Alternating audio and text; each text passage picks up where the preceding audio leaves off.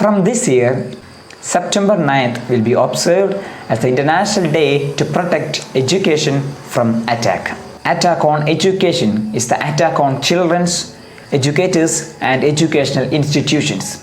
In many countries, attack on education destroyed many educational institutions and killed many children, many teachers, educators. Attack on education is continuing. So many children are affected by these crises and conflicts. This day draws attention to the plight of 75 million children aged between 3 and 18 across the world in 35 countries. Those who are affected by the attack on education. In the past 5 years, 22,000 children or educators were killed, harmed or injured in attacks on education.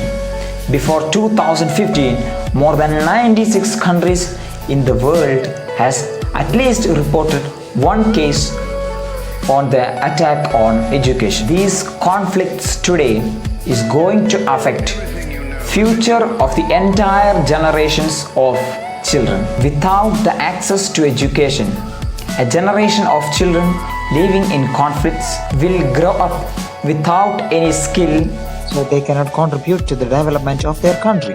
This day is established by the anonymous decision made by the United Nations General Assembly calling on UNESCO and UNICEF to raise awareness about the plight of millions of children living in different countries across the world that are affected by these kind of conflicts. Children has the right to education. This right cannot be safeguarded in these conflict zones. Education can be a lifesaver.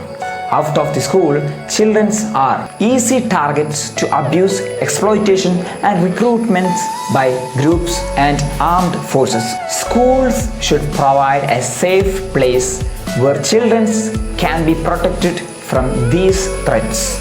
Education is also a critical step to break the cycle of conflicts and to reduce future crises.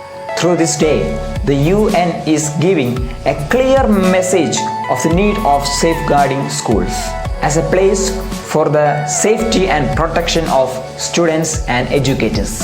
And also, the International Day to protect education from attack acknowledges the people of the need to bring education at the top of the public agenda.